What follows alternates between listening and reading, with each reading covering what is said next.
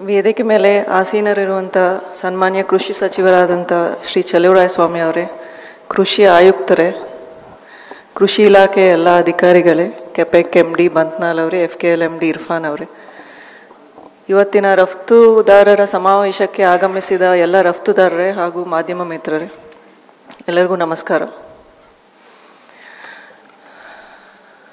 ನಾನು ಇಲಾಖೆಗೆ ಬಂದು ಒಂದು ತಿಂಗಳಾಗ್ತಾ ಬಂದಿದೆ. ಸೊ ನಾವು ಸ್ಟಡಿ ಮಾಡಿದ ಏನು ನಮಗೆ ಕಂಡಿದೆ, ಏನು ನಾವು ಮೀಟಿಂಗ್ ಸ್ವಲ್ಪ ಮಾಡಿದ್ದೀವಿ, ಇದು ನಾವೇನು ಫುಡ್ ಪ್ರಾಸೆಸಿಂಗ್ ಅಂತ ಏನು ಹೇಳ್ತೀವಿ, this is a Sunrise sector.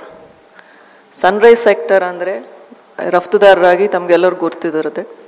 It is in a stage of infancy, but ಅದು ಬೆಳೆದು ತುಂಬ ದೊಡ್ಡದು ಆಗುವ ಸಂಭಾವನೆಗಳು ತುಂಬ ಇದೆ. ನಾವು ಮ್ಯಾಕ್ರೋ ಆಗಿ ನೋಡಬೇಕಾದ್ರೆ ಎಟ್ ದ ವರ್ಲ್ಡ್ ಲೆವೆಲ್, ನಾವು ಪ್ರಪಂಚದ ದೃಷ್ಟಿಕೋನದಲ್ಲಿ ನೋಡಬೇಕಾದ್ರೆ India is a food basket of the world. We all agree, India is the food basket of the world.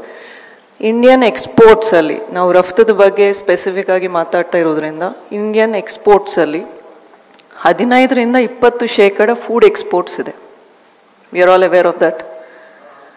ಈ 15-20% ಎಕ್ಸ್ಪೋರ್ಟ್ಸಲ್ಲಿ, which is only about $50 billion, ನಮ್ಮಲ್ಲಿ ಭಾರತ ದೇಶದಿಂದ ಎಕ್ಸ್ಪೋರ್ಟ್ ಆಗುವಂಥ ಜಾಸ್ತಿ ರೈಸ್ ಇದೆ, we all know, spices and sugar, pulses. We also have coffee. Karnataka is the largest coffee producer, and animal and marine produce. ನಮ್ಮ ಈ basket ಅನ್ನು ನೋಡಿದರೆ, it is all unfinished, raw, unprocessed material. ಇದರಿಂದ ನಮಗೆ low value in the export market ಸಿಗ್ತಾ ಇದೆ. ಈ ಬಾಸ್ಕೆಟ್ನಲ್ಲಿ ಕಳೆದ 10 ವರ್ಷ ಹಿಂದೆ ನೋಡಿದರೆ ಪ್ರಾಸೆಸ್ಡ್ ಫುಡ್ ವಾಸ್ ಓನ್ಲಿ 13%, 13% ಅಷ್ಟೇ.